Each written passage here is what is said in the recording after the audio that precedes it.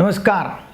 आज हम बात करने वाले हैं सेक्सुअल हेल्थ का सच, ओवर यूज से ओवर थिंकिंग तक।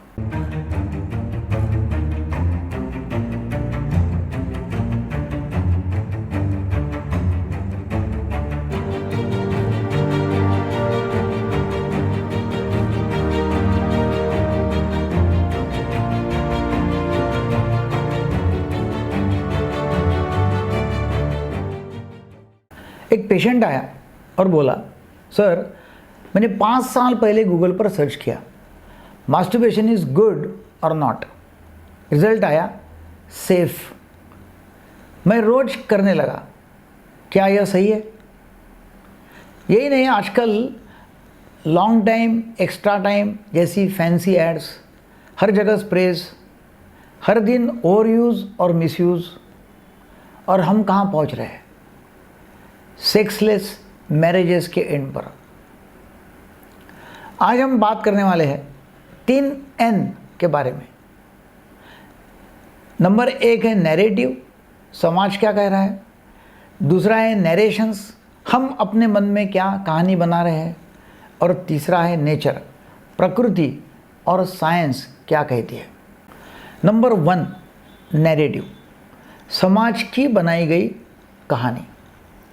जब भी मेन सेक्सुअल हेल्थ की बात होती है तो नज़रें उठ जाती। ग्रुप्स में जब लड़के बैठते हैं तो शेखी बताते हैं, आज मैंने 4 बार किया, 8 बार किया, 45 मिनट, 20 मिनट, ऐसा बताते रहते। ओवर एग्जैगरेटिव फ्रेजेस दिमाग में एक झूठा नैरेटिव बना देते हैं। जितना लंबा उतना अच्छा, साइज में लंबा, समय में लंबा।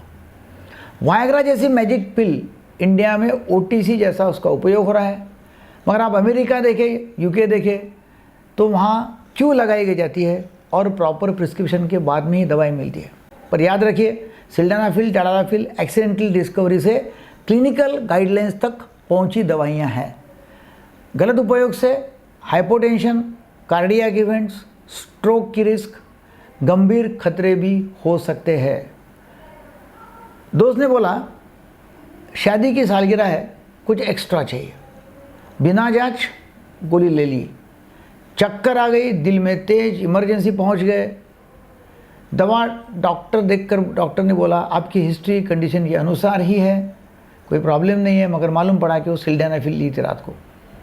स्प्रे और जेल्स, लाइडोकेन, झाइलोकेन टाइप, प्राइलोकेन, लिग्नोकेन। हम जब इंटर्नशिप कर रहे थे तो माइनर प्रोसीजर से पहले नम करने के लिए ये दवाई दी जाती थी। अगर बार बार और गलत तरीके से सेंसिटिव ऑर्गन पर लगाए गए तो डिसेंसिटाइजेशन, रिश्ते में दूरी, यह सब संभव है। क्या इम्प्लांट से इंटीमेसी रहेगी? मगर लोग इम्प्लांट भी वापरने को तैयार है, क्योंकि अभी नम हो चुका है, इरेक्शन नहीं आता, लोग इम्प्लांट भी वापर रहे हैं। टेकुम क्या है? पिल स्प्रे मैजिक नहीं है, मेडिकल टूल्स है। इंडिकेशन तो है, सही है, मगर इंडिकेशन तो है, मगर सही डोज लेना पड़ता है और निगरानी में लेना पड़ता है। दूसरा है एन नरेशंस, हम अपने मन की कहानी कैसे बनाते हैं। हमने पिल ली, इरेक्शन आया, स्प्रे लिया, स्टे बढ़ा, इम्प्लांट फाइनल सॉल्यूशन की सीढ़ी बना ली, हमने कर लिया। सवाल ये नहीं है कि करना सही है गलत है, सवाल यह है कि कहाँ यह आपको ले जा रहा है।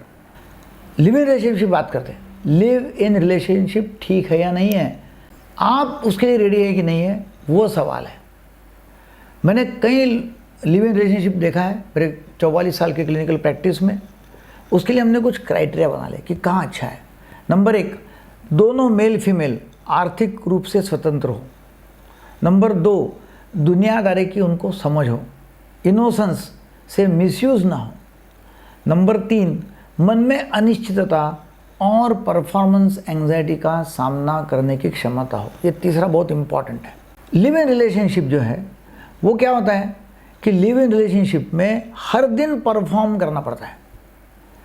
ना बोलना मुश्किल लगता है, थकान होंगी, असंतोष होगा, तो फिर क्या करते हैं, एक पिल ले लो, शॉर्टकट।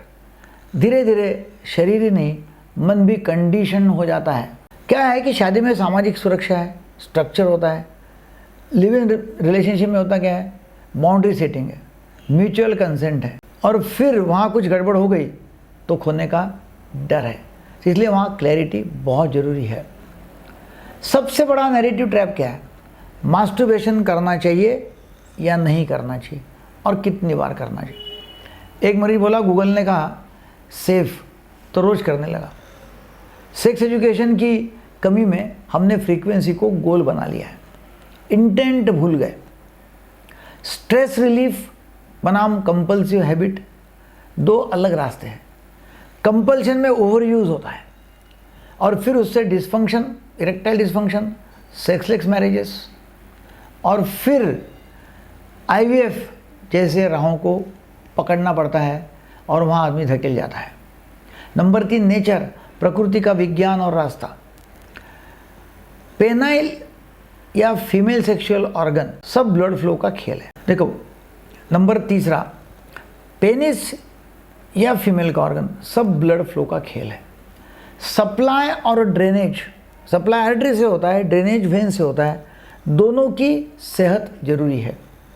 वैस्कुलोजेनिक इरेक्टाइल डिसफंक्शन में होता क्या है कि अक्सर वीनस लीकेज हो गया, ड्रेनेज की समस्या आ गई। आर्टेरियोजेनिक भी हो सकता है, मगर वैस्कुलोजेनिक में क्या होता है कि अंदर गया हुआ ब्लड जल्दी बाहर आ जाता है। साइकोजेनिक घटक 50% तक काम करता है। गिल्ट, डिसेप्शन, अटेंशन डिफिसिट जैसे मेंटल स्टेट्स परफॉर्मेंस को तोड़ने के लिए। 45 वर्षीय सफल प्रोफेशनल, आईवीएफ से उनको बच्चा है, पर अब तक एक भी सफल पेनिट्रेशन उन्होंने किया नहीं है। क्यों? क्योंकि सालों की गलत कंडीशनिंग, कंपल्सिव रिलीज, मास्टरबेशन, और अब बिना गोली नहीं होगा वाला डिपेंडेंसी। डॉक्टर जो ट्रीटमेंट लिखते हैं उसमें PDE5 इनहिबिटर्स है, SSRIs है, डेपोक्सिटिन, पैरोक्सिटिन, फ्लोक्सिटिन जैसे भैया, इंजेक्शन से पेपेविरिन, इम्प्लांट्स होते हैं। इंडिकेशन हो तो सही है, पर सवाल यह है कि आपको सच में ज़रूरत है क्या। यह तभी समझ में आएगा जब आप ईगो साइड रखकर अपनी पूरी कहानी चिकित्सक के सामने ईमानदारी से रखें। ईगो को बाजू रखना पड़ता है, शर्म को बाजू रखना पड़ता है। सॉल्यूशन क्या है? नेचर प्लस साइंस का प्रैक्टिकल प्रोटोकॉल। ब्लड फ्लो जो पेनिस को जाता है उसको रेस्टोर कैसे करना, उसको वहीं बनाम कैसे रखना है, ऑप्टिमाइज कैसे करना है, वो देखना होगा। ब्लड फ्लो को ऑप्टिमाइज करना, रेस्टोर करना, ये बहुत अच्छा नेचुरल तरीका है। उसके लिए pelvic floor exercises, Kegels exercises जरूरी है। उसमें इरेक्शन क्वालिटी बढ़ती है, इजैकुलेट कंट्रोल भी अच्छा खासा आता है, इसलिए कीगल्स एक्सरसाइज रोज करना जरूरी है। फिर दूसरा महत्व का जो है वो है ब्रीदिंग एंड योगा एक्सरसाइजेस। आप यदि ब्रीदिंग एक्सरसाइज करते हैं, योगा करते हैं, उससे ब्लड फ्लो सुधरने में बहुत सहायता होती है।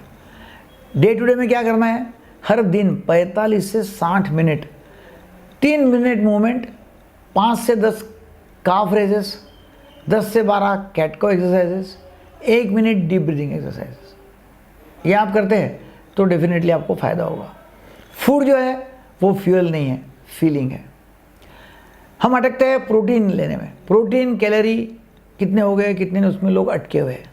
आपको देखना है कि आपके बॉडी को नीड कितनी है। 9 इसेंशियल अमाइनो एसिड्स हमको चाहिए, और हमको लगता है कि अकेली दाल में ये सब इसेंशियल अमाइनो एसिड्स मिलेंगे, मगर वो होता नहीं है। मगर आप दाल और चावल साथ में ले तो मेथियोनिन सहित प्रोटीन प्रोफाइल उसमें पूरी हो जाती है और आपको जो भी चाहिए वो उसमें मिल जाता है। ट्रेडिशनल प्लेट्स में उड़द, मूंग, मिलेट्स, घरेलू घी, ये आप लेते हैं, टाइमली लेते हैं और माइंडफुल ईटिंग करते हैं तो बहुत बेहतर होगा।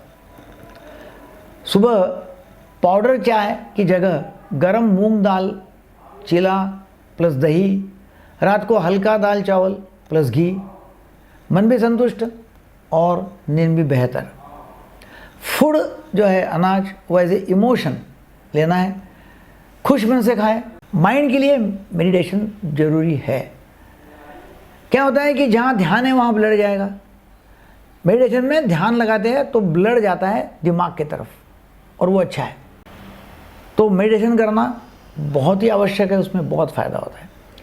मैनिफेस्टेशन शब्द से न घबराए, माइंड बॉडी को एक दिशा देना है बस। डे टू डे एग्जाम्पल में हम देखते हैं कि भाई सोने से पहले यदि आप 5 मिनट बॉक्स ब्रीथिंग करते हैं प्लस कृतज्ञता, 2 हफ्ते में एंग्जाइटी कम हो जाएगी, मॉर्निंग अराउजल नेचुरल हो जाएगा।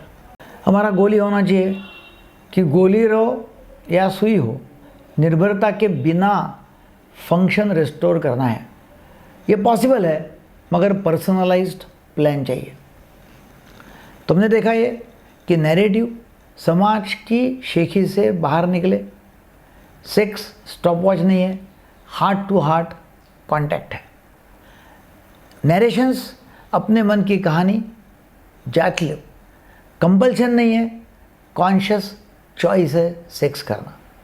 कंपल्शन क्या कि प्रॉब्लम आ गया। नेचर में शरीर मन प्रकृति का संतुलन ही असली थेरेपी है। आप 48 के हो या 68 के, आप स्वस्थ हो सकते हैं बिना गोली के भी। थोड़े चेंजेस, थोड़े प्रोफेशनल हेल्प, क्लियर गोल्स और सही कंसल्टेशन बहुत ज़रूरी है। मेंटल वेलबींग को केंद्र में रखिए, जिसका मन स्वस्थ उसका जीवन विजयी।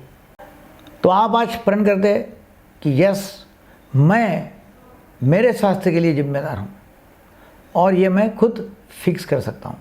तो आज के बाद आप टाइमिंग से नहीं डेप्थ से प्रेम करेंगे तो यह मेरा वीडियो आपके लिए सफल होगा। So thank you very much, बहुत बहुत धन्यवाद।